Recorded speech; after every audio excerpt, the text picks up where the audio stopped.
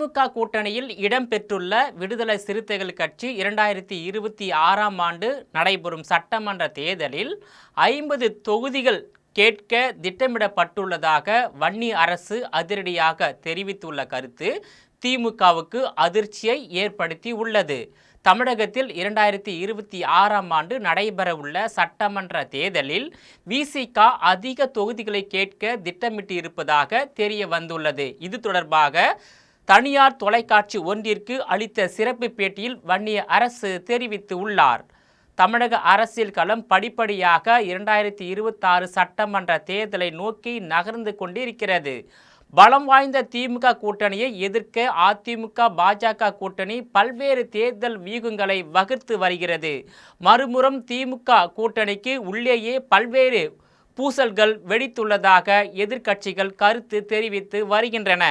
தற்போதைய சூழலில் திமுக கூட்டணியில் இருந்து வெளியேறுவதற்கு எந்தெந்த கட்சிகள் திட்டமிட்டு இருப்பதாக தெரியவில்லை. அதே சமயம் தொகுதி பங்கீட்டில் கூடுதல் இடங்களை கேட்டு பெற நகர்த்துவது வெளிப்படையாகவே தெரிய வருகிறது. இது தொடர்பாக கம்யூனிஸ்ட் கட்சிகள் தொடர்ந்து பேசி வலியுறுத்தி வருகின்றனர். குறிப்பாக சிபிஎம் கட்சியின் மாநில செயலாளர் சண்முகம் 2026இல் நடைபெறும் சட்டமன்ற தேர்தலில் கூடுதல் தொகுதிகளை ஒதுக்க வேண்டும் என்று கேட்டுக்கொண்டுள்ளார். இந்நிலையில் விசிகவும் அதிக தொகுதிகளை ஒதுக்க வேண்டும் என்று தொடர்ந்து குரல் கொடுக்க ஆரம்பித்து இருக்கிறது. இது குறித்து கருத்து தெரிவித்துள்ள விசிக துணை பொதுச் செயலாளர் வன்னி அரசு, தமிழகத்தில் மத சார்பற்ற முற்போக்கு கூட்டணியாக இந்தியா கூட்டணியில் இருக்கும்போது வேறு எங்கேயும் போக வேண்டிய அவசியம் எங்களுக்கு இல்லை.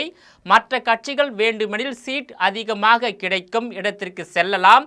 ஆனால் நாங்கள் அப்படி இல்லை. எங்கள் தலைவர் தொல் திருமாவளவன் அவர்கள் பாஜக மற்றும் அதன் கூட்டணி கட்சிகளை வீழ்த்த வேண்டும் என்று தெளிவாக அரசியல் செய்து வருகிறார். அதை தமிழக முதல்வர் மு.க.ஸ்டாலின் தலைமையிலான திமுக கூட்டணி செய்து காட்டும். 2019ஆம் ஆண்டு முதல் தேர்தல் கூட்டணியாக வெற்றி கூட்டணியாக இருந்து வருகிறோம். 2026 சட்டமன்ற தேர்தலில் அதிக தொகுதிகளில் நிற்க வேண்டும் என்ற எண்ணம் எனக்கு உள்பட அனைவருக்குமே எங்கள் கட்சியில் இருக்கிறது. கடந்த முறை 6 தொகுதிகளில் மட்டும்தான் போட்டியிட்டோம் என்ற வருத்தம் இருக்கத்தான் செய்கிறது. இருப்பினும் இலக்கு தான் முக்கியம், எண்ணிக்கை முக்கியமல்ல.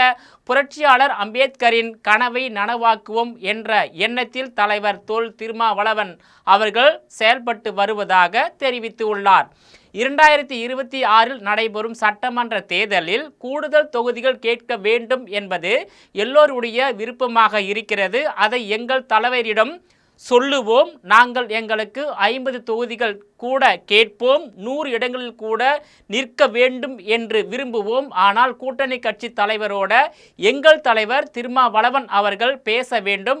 அங்கு கள நிலவரம் எப்படி இருக்கிறது என்று பார்ப்பார்கள். அதை வைத்துதான் அவர்கள் முடிவெடுப்பார்கள். நாங்கள் வந்து எங்களின் அதாவது விசிக கட்சியின் விருப்பத்தை தெரிவிப்போம் என்று விசிக துணை பொதுச் செயலாளர் வன்னி அரசு தெளிவாக குறிப்பிட்டுள்ளார். எங்களுக்கு கூடுதலாக தொகுதிகள் வேண்டும் என்ற இலக்கு இருக்கிறது. அதற்கு அங்கு ஒரு பேச்சுவார்த்தை குழு அமைப்பார்கள். இங்கு ஒரு பேச்சுவார்த்தை குழு அமைக்கப்படும். இக்குழுக்கள் இரு தரப்பிலும் பேசுவார்கள். இது பற்றி எங்கள் தலைவரே பல இடங்களில் விளக்கம் கொடுத்திருக்கிறார்கள். எனவே கூட்டணி தொகுதிகளின் எண்ணிக்கை உள்ளிட்டவை தொடர்பாக எங்கள் தலைவர் பேசி அதிகாரப்பூர்வமாக முடிவெடுத்து அறிவிப்பார்கள். அதற்கேற்ப தேர்தல் பணி செய்ய நாங்கள் தயாராக இருக்கிறோம். கடைநிலையில் இருக்கும் தொண்டர்களின் விருப்பம் என்னவென்றால் கூடுதல் தொகுதிகள் வாங்க வேண்டும் என்பதுதான். விடுதலை சிறுத்தைகள் தேர்தல் ஆணையத்தால் அங்கீகாரம் பெற்று பொதுமக்கள், தலித் அல்லாதவர்கள் என பல்வேறு தரப்பினரால் அங்கீகரிக்கப்பட்டு இன்று நல்ல முறையில் வளர்ந்திருக்கிறோம். எங்களுக்கு ஒரு வலிமை இருக்கு, எங்களுக்கு ஒரு கோட்பாடு இருக்கு, மிக வீரியமான போராட்ட களம் இருக்கு.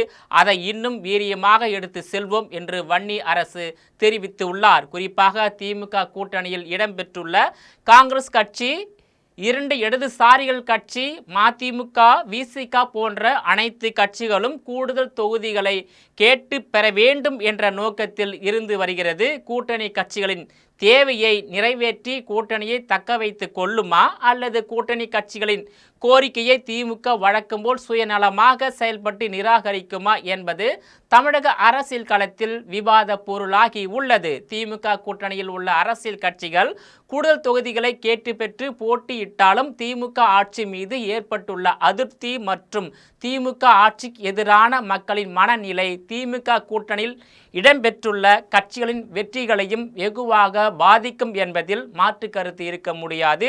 குறிப்பாக தமிழக சட்டமன்ற தேர்தல் வரலாற்றை புரட்டி பார்த்தால் தமிழகத்தில் மறைந்த முன்னாள் முதலமைச்சர் எம்.ஜி. ராமச்சந்திரன் அவர்களால் அதிமுக என்ற கட்சி தொடங்கப்பட்டு 1977ஆம் ஆண்டு முதல் சட்டமன்ற தேர்தலை சந்தித்து வரும் நிலையில் 1977க்கு பிறகு திமுக எந்த சட்டமன்ற தேர்தலிலும் தொடர்ந்து 2 முறை வெற்றி பெறவில்லை. எந்த தேர்தல்களிலும் 200 இடங்களில் வெற்றி பெறவில்லை. இந்த நிலையில் 2026 சட்டமன்ற தேர்தலில் திமுக 200 தொகுதிகளில் வெற்றி பெறுவதற்கான வாய்ப்பு இல்லவே இல்லை. தொடர்ந்து 2 முறை வெற்றி பெறுவதற்கான வாய்ப்பும் இல்லை. அதே நேரத்தில் தமிழக சட்டமன்ற தேர்தல் வரலாற்றில் அதிமுக தொடர்ந்து 2 முறை தோல்வியை தழுவிய வரலாறும் கிடையாது. அந்த வகையில் எல்லாத்தையும் ஒப்பிட்டு பார்த்தால் 2026 சட்டமன்ற தேர்தலில் திமுகவுக்கு தோல்வி ஏற்படுவது உறுதியாகிவிட்டது. ஆட்சி மாற்றம் ஏற்படுவது உறுதியாகிவிட்டது. அதிமுக பாஜக தலைமையிலான கூட்டணி வெற்றி பெற்று கூட்டணி ஆட்சி அமைவதும் உறுதியாகிவிட்டது. எனவே 2021 திமுக தலைமையிலான கூட்டணியை ஆதரித்தாங்க. அந்த கூட்டணியில் இடம்பெற்ற கட்சிகள் வெற்றி பெற்றது. ஆனால் 2026 திமுக தலைமையிலான கூட்டணி வெற்றி பெறுவதற்கான வாய்ப்பு இல்லை. திமுகவுக்கு மக்கள் மீது ஏற்பட்டுள்ள அதிருப்தி திமுக வேட்பாளர்கள் மட்டுமல்ல, திமுக கூட்டணியில் உள்ள மாற்று கட்சி வேட்பாளர்களின் வெற்றியும் பாதிக்கும் என்று எதிர்பார்க்கப்படுகிறது. எனவே கடந்த கால வரலாற்றை ஒப்பிட்டு பார்க்கும்போது திமுகவுடைய வெற்றி தோல்வி ஒப்பிட்டு பார்த்து திமுக கூட்டணியில் உள்ள அரசியல் கட்சி தலைவர்கள் முடிவு செய்ய வேண்டும். திமுக கூட்டணி இடம்பெற்றால் 2026 நாம் வெற்றி பெறுவோமா இல்லை தோல்வி தழுவுமா அப்படி என்பதை யோசித்து பார்த்து திமுக கூட்டணியில் உள்ள 13 அரசியல் கட்சிகளும் தொடர வேண்டுமா அல்லது கூட்டணி நிராகரிக்க வேண்டுமா என்பதை யோசித்து பார்க்க வேண்டும். 2026 சட்டமன்ற தேர்தலில் திமுகவுக்கு ஏற்படுகின்ற அதே தோல்விதான் அதன் கூட்டணியில் உள்ள மற்ற 13 கட்சிகளுக்கும் ஏற்பட போகின்றது, உறுதியாகிவிட்டது. எனவே திமுக கூட்டணியில் உள்ள கட்சிகள் 2026 சட்டமன்ற தேர்தலில் வெற்றி பெற வேண்டுமென்றால் திமுக கூட்டணியை விட்டு வெளியேறி மாற்று கூட்டணியில் இடம்பெற்று தேர்தலை சந்தித்தால் மட்டுமே இந்த முறை விசிகாவாக இருந்தாலும் இடதுசாரி கட்சிகளாக இருந்தாலும் மதிமுகவாக இருந்தாலும் அல்லது கொங்கு நாடு மக்கள் ஈஸ்வரன் கட்சியாக இருந்தாலும் தமிழக வாழ்வுரிமை கட்சியாக இருந்தாலும் இந்த கூட்டணி கட்சிகள் எல்லாம் வெற்றி பெற முடியும். இல்லை என்றால் திமுகவும் சந்திக்க போகும் தோல்வி மற்றும் அதன் தலைமையில் இயங்கக்கூடிய கூட்டணி கட்சிகளுக்கும் தோல்வி ஏற்படுவது என்பது உறுதியாகிவிட்டது என்பதை அரசியல் கள நிலவரம் தெரியப்படுத்துகிறது. நேயர்களே, மீண்டும் இது போன்ற மற்றொரு நிகழ்ச்சியில் சந்திக்கிறேன். அதுவரையில் உங்களிடமிருந்து விடைபெறுவது நான் உங்கள் விஜயபாலன்.